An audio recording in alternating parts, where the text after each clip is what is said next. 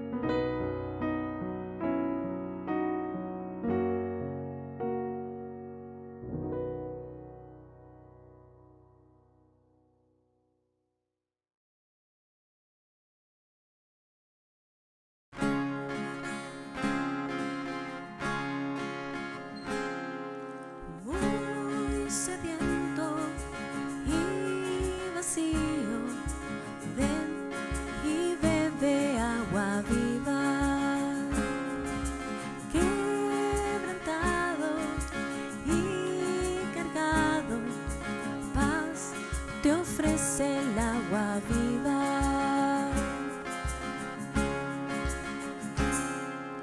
Cristo llama al sediento en la cruz de agua viva. Nueva vida Cristo otorga como un río de agua viva. Es un río de amor, de gracia y perdón. Trae gozo al pueblo del Señor. Él es fiel y su amor quitará el temor.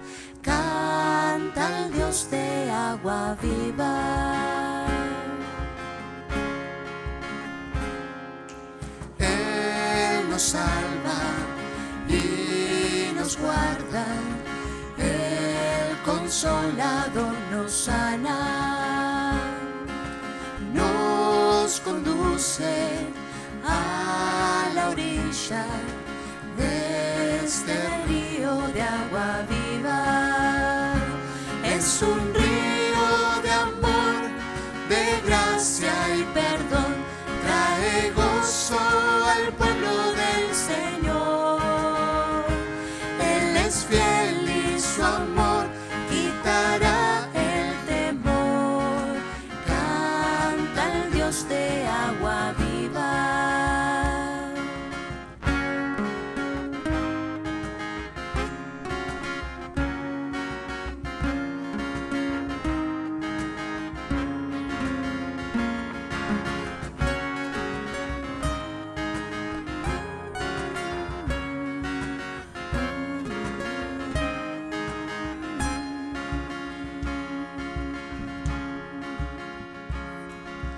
Muy sediento y vacío, ven y bebe agua viva. Soy amado, perdonado, Cristo es el agua viva. Es un río de amor, de gracia y perdón. Trae gozo al pueblo del Señor. Él es fiel y su amor quitará el temor. Canta el Dios de agua viva. Es un río de amor, de gracia y perdón. Trae gozo al pueblo del Señor. Él es fiel y su amor quitará el temor. Canta el Dios de agua viva. Él es fiel y su amor quitará el temor. Canta el Dios de agua viva.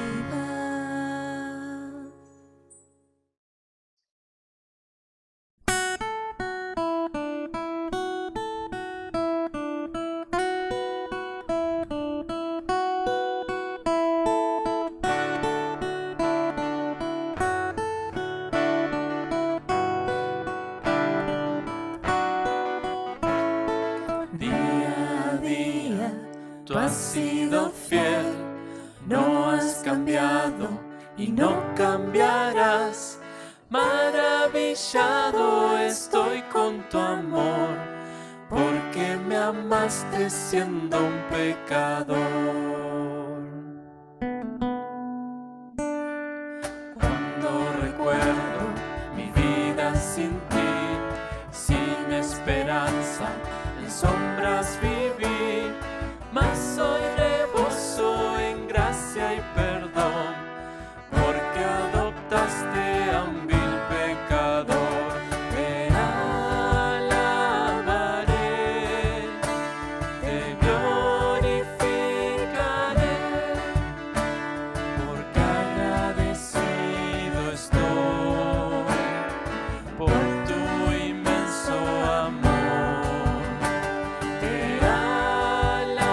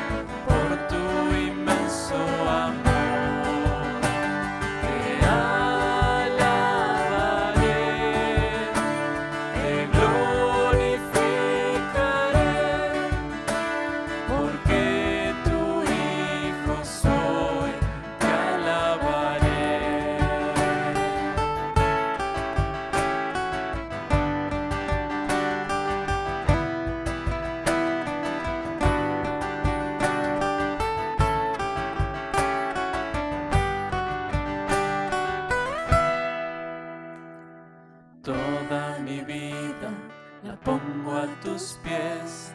Haz lo que quieras con ella, mi rey. Hasta que vuelvas con fe cantaré. Día a día tú has sido fiel. Día a día tú has sido fiel. Te alabaré,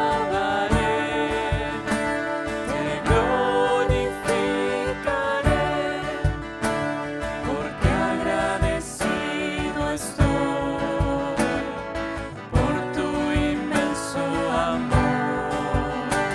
Te alabaré, te glorificaré, porque tu hijo soy. Te alabaré.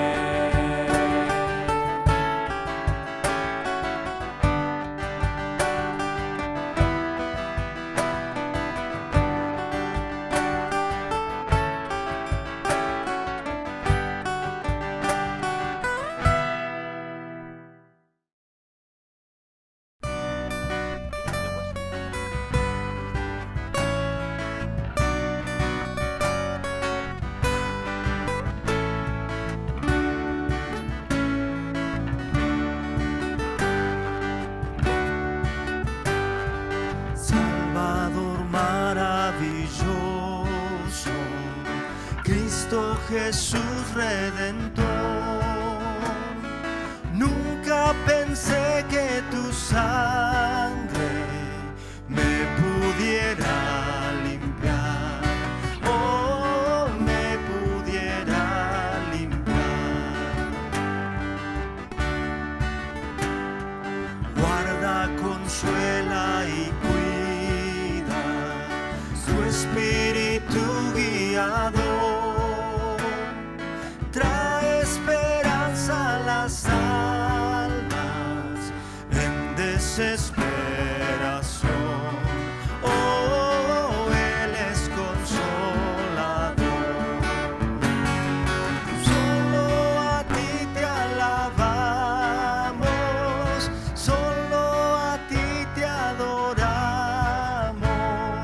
Tú das la gracia que salva y llenas mi alma hoy.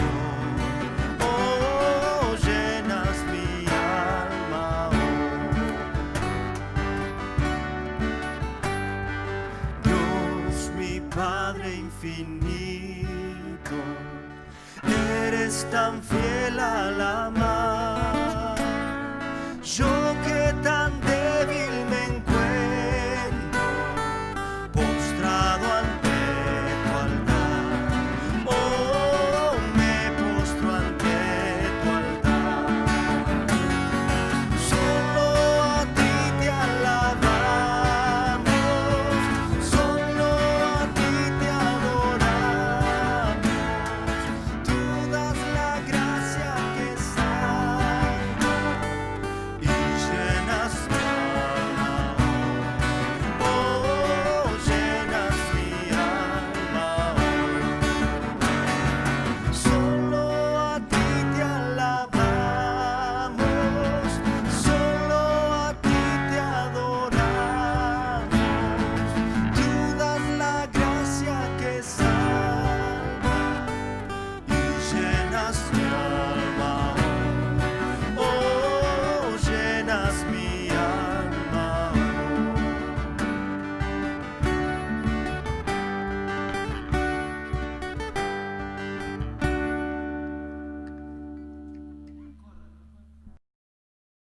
Les invito a abrir sus Biblias para continuar con la carta de Primera de Pedro, si son tan amables.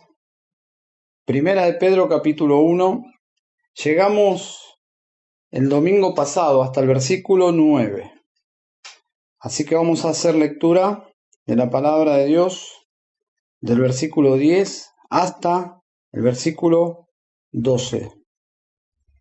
Leemos. Acerca de esta salvación, los profetas que profetizaron de la gracia que vendría a vosotros, diligentemente inquirieron e indagaron, procurando saber qué persona o tiempo indicaba el Espíritu de Cristo dentro de ellos, al predecir los sufrimientos de Cristo y las glorias que seguirían. A ellos les fue revelado que no se servían a sí mismos, sino a vosotros, en estas cosas que ahora os han sido anunciadas, mediante los que os predicaron el Evangelio por el Espíritu Santo enviado del cielo, cosas a las cuales los ángeles anhelan mirar. Padre que estás en los cielos, Señor, quiero rogarte que uses tu palabra, escrita y predicada, expuesta, explicada, para la santificación de tu iglesia, puesto que necesitamos siempre, Señor, apartarnos de nuestros pecados y acercarnos a ti. Y también la uses para acercar a alguien a ti, Señor, por medio de Cristo, por este mensaje glorioso. Oramos en Cristo Jesús. Amén.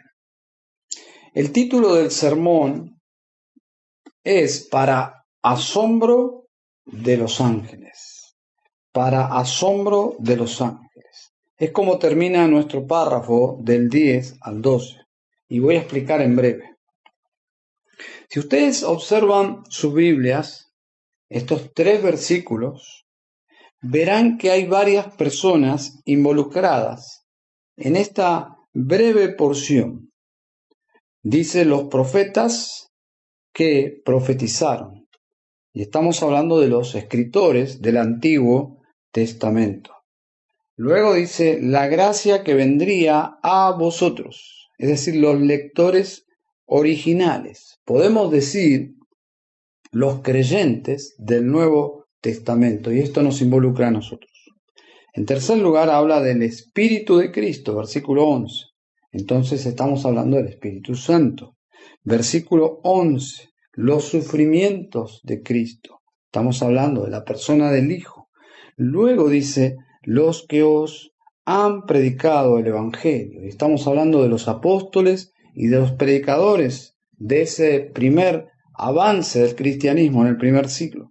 Y luego habla finalmente de los ángeles. Todas estas piezas pueden confundirnos del verdadero asunto. Si Pedro nos estaría hablando por teléfono. Solo quiero, a modo de ilustración, que se imaginen esta escena. Pedro está hablándonos estas cosas. Arranca en el versículo 1 hablándonos. Nos saluda, versículo 1, 2, avanza. Y llegando a estos 3 versículos, quizás diríamos, un momento, Pedro, pero no estoy entendiendo de qué nos estás hablando ahora. O como diríamos, ¿a dónde quiere llegar Pedro en estos breves versículos? A lo cual Pedro nos respondería sencillamente, partiendo del versículo 10, acerca de esta salvación. Esa sería la respuesta sencilla de Pedro. Estoy hablando acerca de esta salvación. Es decir, que no cambió de tema. Estamos en el mismo asunto de nuestra salvación. Veamos. Versículo 10. Es la gracia que vendría a vosotros. Versículo 10. Está hablando de la gracia que vendría a vosotros. Reina Valera dice, la gracia destinada a vosotros. Entonces, Pedro está hablando y nosotros estamos considerando esta salvación tan gloriosa que en el Antiguo Testamento los profetas querían saber más y querían que esa gracia sea de su tiempo, es decir, ellos querían participar de esa salvación y de esa gracia. En el presente, es decir, en el Nuevo Testamento, los ángeles están maravillados, atentos, mirando sin perder detalle de lo que Dios está haciendo. Y está hablando de esta salvación. Y ellos tampoco, los ángeles, podían participar de esta gracia, igual que los profetas. No necesitan de esta gracia, por eso ellos no pueden participar de la salvación. Esta salvación era la que generaba y genera curiosidad y asombro en los profetas de la antigüedad y en los ángeles. Nos puede pasar, hermanos, como el niño que recibe un juguete en el día de su cumpleaños, se emociona al recibirlo cuando lo descubre, rompe su envoltura, lo disfruta, se emociona como si fuese el único juguete, pero en poco tiempo allí el juguete queda olvidado en un rincón sin producir ninguna emoción de igual. Nos puede pasar, hermanos, con la salvación, que nos deje de asombrar, que nos deje de emocionar, y eso es peligroso. Dice el versículo 6, en lo cual os regocijáis grandemente. Pedro da por hecho algo que debería ser nuestra meta, regocijarnos grandemente, aunque ahora por un poco de tiempo, si es necesario, seáis afligidos en diversas pruebas. Es decir, que las pruebas que todos tenemos no nos quiten el gozo de esta salvación, que tampoco dejemos de asombrarnos de esta salvación tan grande en Cristo.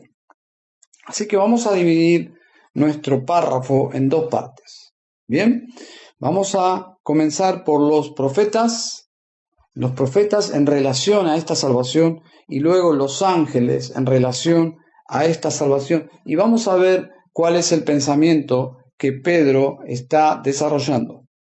Para explicar la experiencia, en primer lugar, de los profetas del Antiguo Testamento, voy a citar una idea, una analogía de William Barclay. Él habla de un farolero ciego que encendía el alumbrado para otros. Él llevaba luz a los demás sin él poder verla. Nunca. El caso aquí es muy diferente. Los profetas eran un farolero, pero no ciego, con limitación en su visión, pero nunca ciegos. Percibían algo de la luz, disfrutaban de la luz que ellos mismos encendían. Ellos sabían varias cosas sobre lo que escribían y verbalizaban de la salvación. Pero Pedro nos dice que no era absolutamente todo lo que nosotros ahora podemos ver. Pero ellos, por lo menos Pedro cita, y vemos esas cosas en el pasaje, cuatro cosas que los profetas veían. Veían la llegada de un Salvador, observen, pero no sabían quién era, obviamente, porque él no había venido. Vendría un Salvador. En segundo lugar, ellos sabían que ese Salvador sufriría. Luego vendría la gloria. En ese orden, sufrimiento y luego la gloria. Y en cuarto lugar, ellos sabían que ocurriría en el futuro y no en sus propios días. ¿Se dan cuenta? No estaban ciegos, tenían dificultades de visión. Algunos piensan que los profetas de la antigüedad eran místicos que experimentaban visiones, sueños y situaciones que ellos no podían entender, experiencias de inconsciencia, y que ellos despreocupados en saber de qué se trataba. Podríamos decir, ellos eran en el sentido de personas que eran embriagados en sus éxtasis de visiones, pero al siguiente día no sabían de qué se trataba. Como los borrachos, que no recuerdan absolutamente nada de lo vivido en la noche anterior. Nada más lejos de la realidad. Voy a citar al doctor Matt Waymeyer, un erudito en hermenéutica. Él dice, un profeta determinado entiende la contribución única de la pieza que se agrega al rompecabezas, pero no necesariamente cómo su obra se ajusta a las piezas todavía por añadir, después que eventualmente rodean su obra y completan el cuadro general. A veces, esto dejaría al profeta del Antiguo Testamento desconocer exactamente cómo y cuándo se iba a cumplir su profecía, pero esto no quiere decir que no entendían lo que estaba diciendo. Esa es la cita del Dr. Matt Waymeyer. Hay tres palabras que denotan el compromiso intelectual que estos profetas tenían con su mensaje. Versículo 10 dice, diligentemente inquirieron e indagaron acerca de esta salvación. Versículo 11, procuraban saber. Ellos eran hermanos, y quiero que puedan pescar esta perla, este ejemplo. Ellos eran santos, curiosos de la doctrina, de la profecía de su propio mensaje y ministerio. Podemos decir que ellos estaban profundamente involucrados con el estudio de lo que escribían y predicaban. Eran teólogos, eran estudiantes de las Escrituras. Siempre ha sido así, para todos, no solo para ellos. Todos los creyentes necesitan entender las verdades de Dios, versículo 11, procurando saber qué persona o tiempo.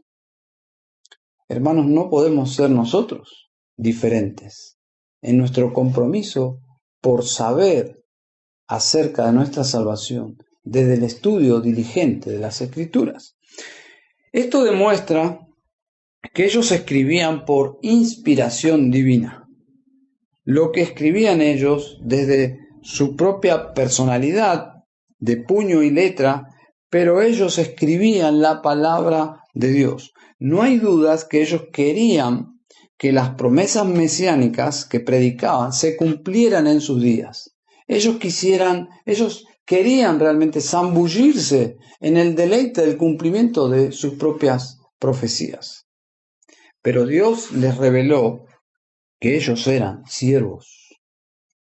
Y todos los predicadores, y pastores, y apóstoles, y profetas que se levantaron, o Dios levantó a través de la historia, eran siervos. No eran reyes, no eran señores, sino que eran, en el sentido de su ministerio, eran servidores, eran siervos. En este caso eran siervos para una generación que ellos no conocerían. Es decir, sus ministerios escritos serían de gran bendición en un futuro cumplimiento. Versículo 12 dice, y a ellos les fue revelado que no se servían a sí mismos, sino a vosotros, a nosotros, los creyentes del Nuevo Testamento. Es correcto ver a los profetas como sirviéndonos a nosotros, y ese es el aprecio que deberíamos tener hacia ellos. Cuando lees a Jeremías, Isaías, Amós, Joel, todos los profetas, podés tener un aprecio por sus ministerios, porque nos estaban sirviendo a nosotros, como dice Romanos 15:4, las cosas que se escribieron antes, para nuestra enseñanza se escribieron. Y algo fundamental, hermanos, Jesucristo es la llave para entender sus profecías, para entender las Escrituras en general. Pablo, hablando de los judíos que rechazaban a Cristo, judíos contemporáneos, pero en relación al Antiguo Testamento, Pablo dice en 2 Corintios 3:14, el entendimiento de ellos se endureció. Observen esa expresión, el entendimiento de ellos se endureció. Porque hasta el día de hoy, en la lectura del Antiguo Pacto, el mismo velo permanece sin alzarse, pues solo en Cristo es quitado. Luego dice, y hasta el día de hoy, cada vez que se lee a Moisés, un velo está puesto sobre sus corazones. Pero cuando alguno se vuelve al Señor, el velo es quitado. Como en el mismo caso de Pablo, cuando Pablo se convierte, el velo le es quitado y puede entender y disfrutar el Antiguo Testamento, porque Cristo quita ese velo y Cristo mismo en él es la llave del entendimiento de todas las Escrituras. Entonces podemos decir que rechazar a Cristo es tirar esa llave que abre el entendimiento de las Escrituras. Los judíos no cristianos, no creyentes del tiempo de Pablo habían tirado esa llave, habían desechado al Mesías. Versículo 10 dice: acerca de esta salvación, los profetas que profetizaron de esta gracia que vendría a vosotros, diligentemente inquirieron e indagaron. Gracia y salvación, hermanos, se refiere a lo mismo. Cristo hizo posible que esta salvación llegara a nosotros, destinada a nosotros, que llegaría a nosotros. Esa es la idea. ¿Cómo? Versículo 11. El cual anunciaba de antemano los sufrimientos de Cristo. Quiero que piensen en esa expresión, es la clave aquí, los sufrimientos de Cristo. Nuestra salvación está relacionada con lo que Cristo sufrió, porque sus sufrimientos es el precio que Él pagó para nuestra salvación. La idea de esta frase, los sufrimientos para Cristo, destinados a o para Cristo, nosotros sabemos, y ese es el asombro que debería generar nuestra salvación. Nosotros sabemos que todo lo que Él sufrió no tenía nada que ver con Él, sino con nuestros pecados, porque Él tomó nuestro lugar. El juicio que fue derramado sobre Él era para nosotros, los pecadores, pero fueron dirigidos hacia su Hijo en esa cruz. Esta gracia, hermanos, no es barata. Esta salvación no es barata. Esta salvación tiene un precio. Que no lo hayamos pagado nosotros no significa que sea barata. El precio fue los sufrimientos de Cristo. Ese es el inmenso, inmensurable, incomprensible costo de nuestra salvación. Entonces, es totalmente por gracia, es gratis para nosotros, pero el costo fue los sufrimientos de Cristo, los cuales jamás podríamos entender. El mensaje del Evangelio está centrado en las profecías de esos sufrimientos. Si prestan atención a las presentaciones del mensaje del Evangelio en el Nuevo Testamento, el fundamento, el desarrollo de esas predicaciones es justamente el Antiguo Testamento. En Hechos capítulo 4, cuando amenazan a los apóstoles y los encarcelan, Pedro les cita el Salmo 118, 22 y lo aplica a Jesús cuando dice que ellos habían desechado la piedra principal, que ha venido a ser cabeza del ángulo, y luego dice: a quienes ustedes desecharon, han desechado el fundamento de todo. En ningún otro hay salvación, porque no hay otro nombre bajo el cielo dado a los hombres en que podamos ser salvos. Pedro les está diciendo: lo que han hecho ha sido una locura, pero aún su rechazo estaba anticipado en el plan salvífico de Dios. En Hechos 2 predica y cita una serie de salmos y los cita como cumplimiento de Cristo. Tal es así que al oír esto se compungieron de corazón. Es decir, está tomando la palabra de Dios y está usándola como una espada, al punto de que ellos literalmente se descomponen, porque está Pedro predicando la palabra de Dios y aplicando las profecías mesiánicas en cuanto a los sufrimientos de Cristo, a lo que ellos acababan de hacer con Jesús de Nazaret en sus días. Pablo, en su defensa ante Agripa en Hechos 26, dice: y ahora, por la esperanza de la promesa que hizo Dios a nuestros padres, soy llamado a juicio. ¿Se dan cuenta? Pedro dice: estoy siendo acusado y preso por predicar la esperanza de las promesas hechas por los profetas en el Antiguo Testamento. Hermano, quiero, hermanos, que entiendan a dónde el texto nos dirige, a dónde nos quiere llevar, a los lectores originales y por supuesto a nosotros. Lo que está Pedro intentando comunicar es que esta salvación que nosotros tenemos, que nosotros disfrutamos, que nosotros nos alegramos, no es otra cosa que el plan redentor trazado por Dios desde el pasado eterno, desde antes de los tiempos, desde el Antiguo Testamento, por el ministerio de los profetas. Se enfocaba desde esos días en nuestra salvación. Cuando Dios le prometió a Abraham, en ti serán benditas todas las naciones. Si eres un cristiano, en esa promesa estabas involucrado. Cuando el Señor dice, en tu simiente serán benditas todas las familias de la tierra, allí estábamos involucrados. Todos los creyentes son salvos por gracia, hermanos, y por la obra de Cristo. Es la base del perdón de todos nuestros pecados. Pero nosotros, los cristianos, tenemos una posición que disfrutamos, que no disfrutaron los antiguos.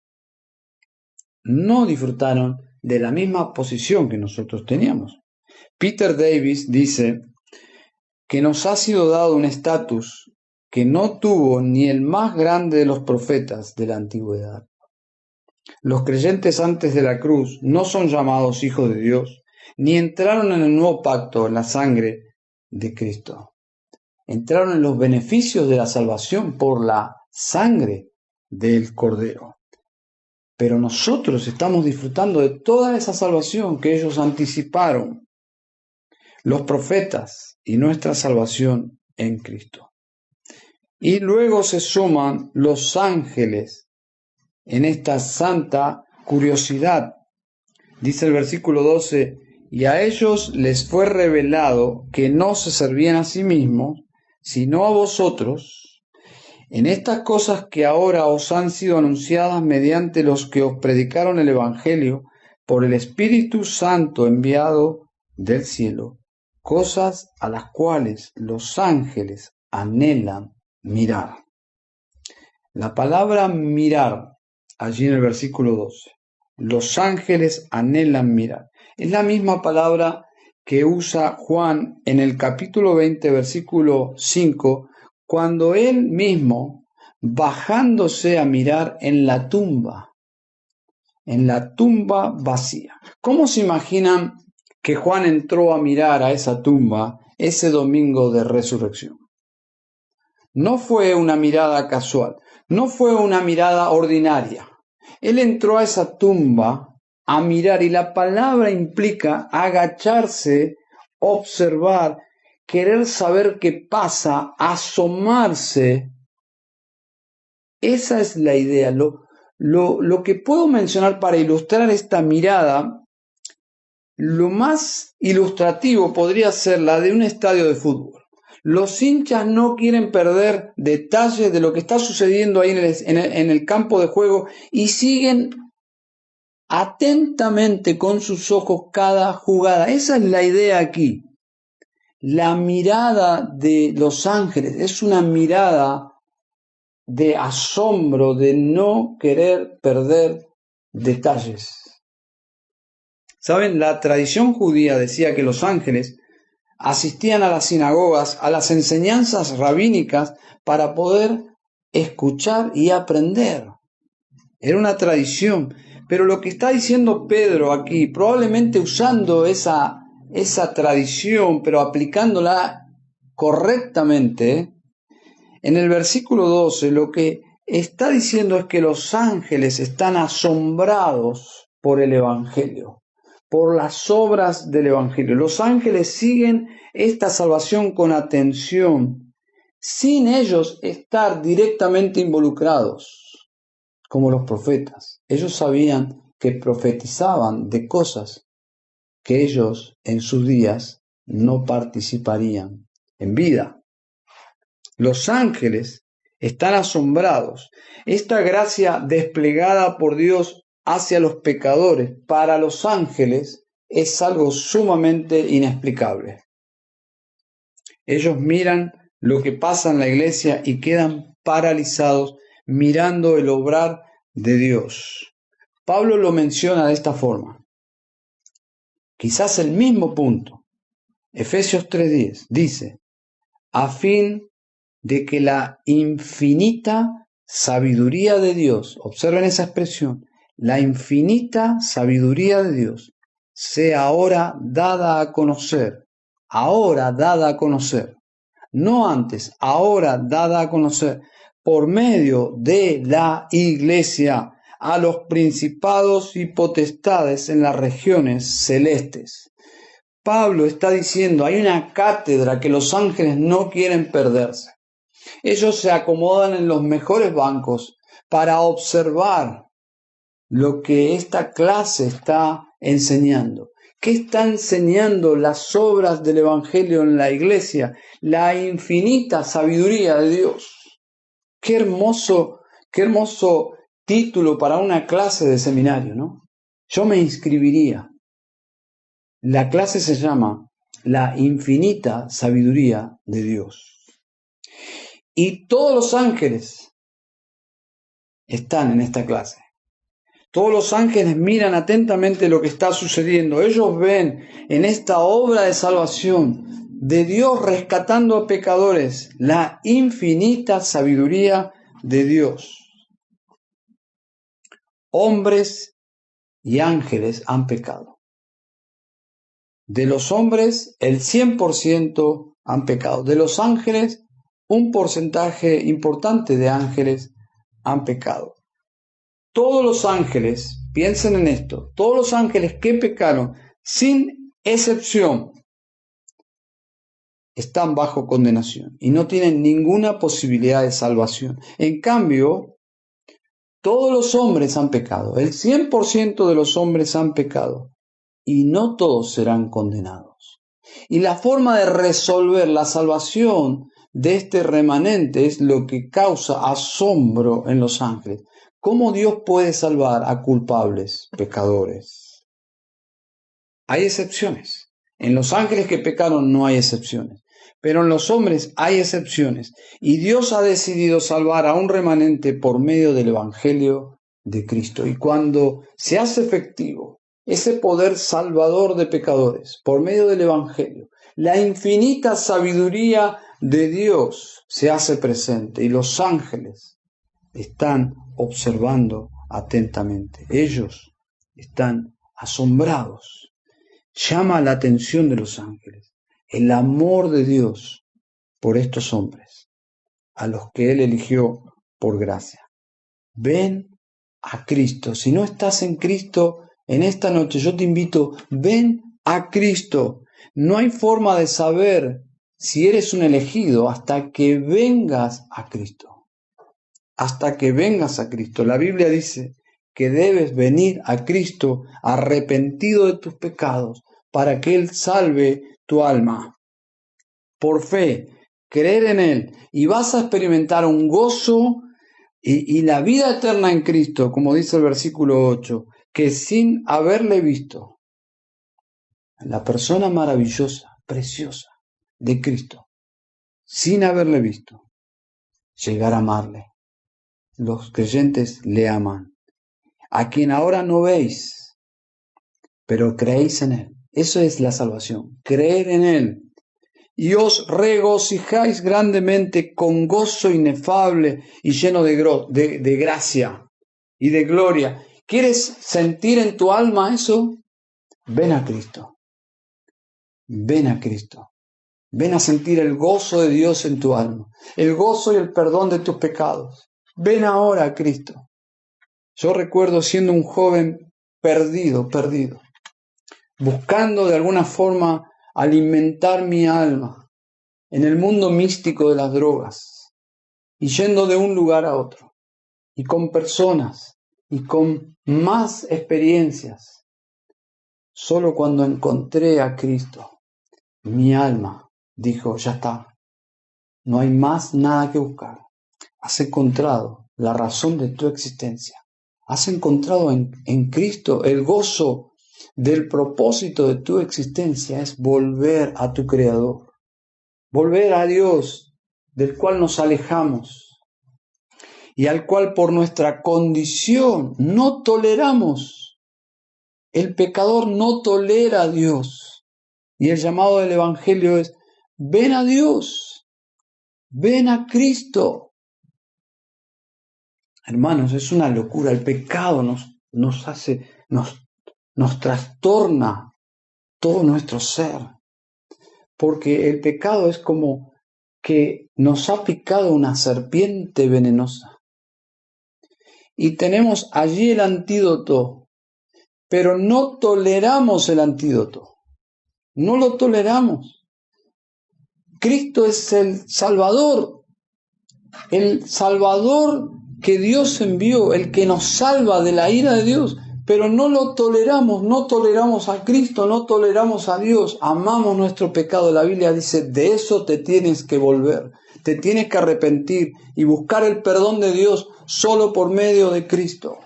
Es rendirte a Él y amarle a Él para tener esta experiencia de amor por Él, creyendo en Él y regocijarte grandemente en Él. Esta salvación en Cristo nos debe llevar finalmente a la adoración, a la alabanza, a la gratitud. Y no importa las aflicciones, porque recuerden, la música de fondo de esta carta es aflicción. Y la aflicción nos puede nublar nuestra vista. La aflicción puede opacar nuestra gratitud y nuestro asombro. Los profetas y los ángeles nos enseñan que no podemos ser indiferentes. Debemos mirar, debemos asombrarnos, debemos escudriñar, debemos adorar. La frase para remarcar es versículo 11. Los sufrimientos de Cristo y las glorias que vendrían tras ellos. Siempre detrás del sufrimiento hay gloria.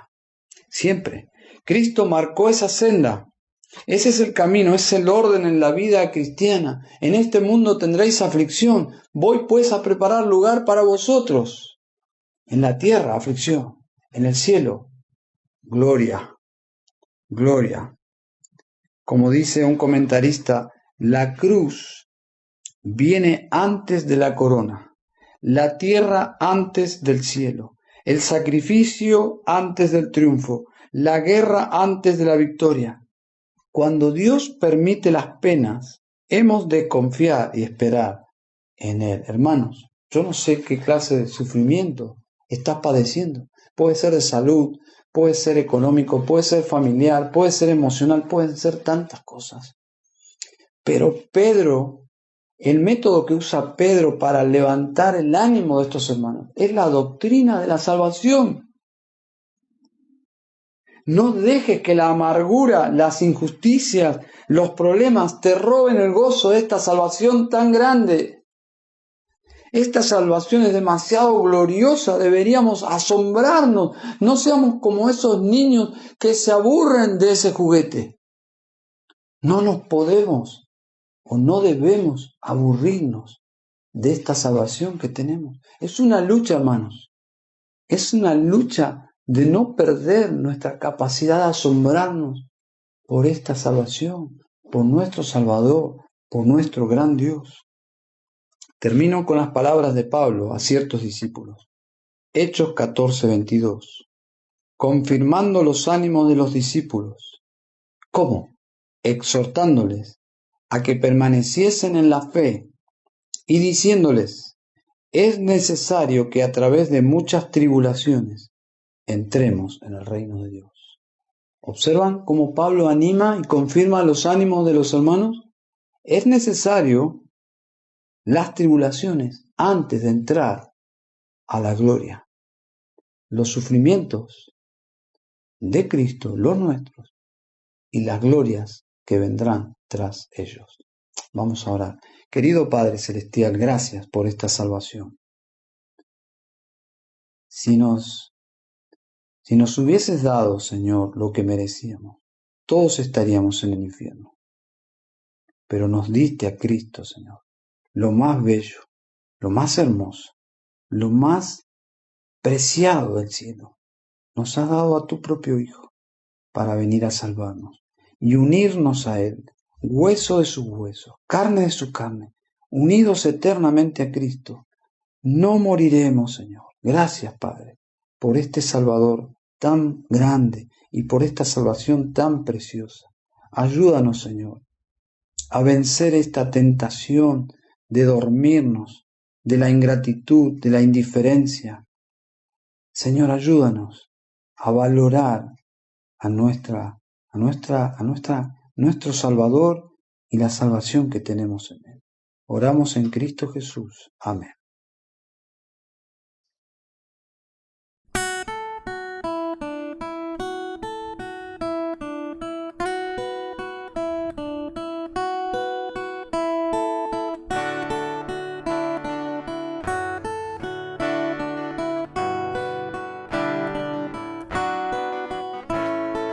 Día a día tú has sido fiel, no has cambiado y no cambiarás.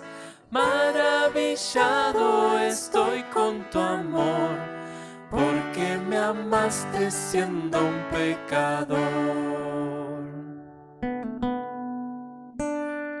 Cuando recuerdo mi vida sin ti, sin esperanza, en sombras viví, mas hoy reboso en gracia y perdón, porque adoptaste a un vil pecador. Te alabaré, te glorificaré, porque agradecido estoy por tu inmenso amor. Te alabaré, te glorificaré, porque tu hijo soy. Te alabaré. Cuando en prueba te exaltaré, y cuando duela en ti confiaré, porque conozco tu inmensa bondad y sé que nunca me abandonarás. Te alabaré, te glorificaré, porque agradecido estoy por tu inmenso amor. Te alabaré, te glorificaré, porque tu hijo soy. Te alabaré.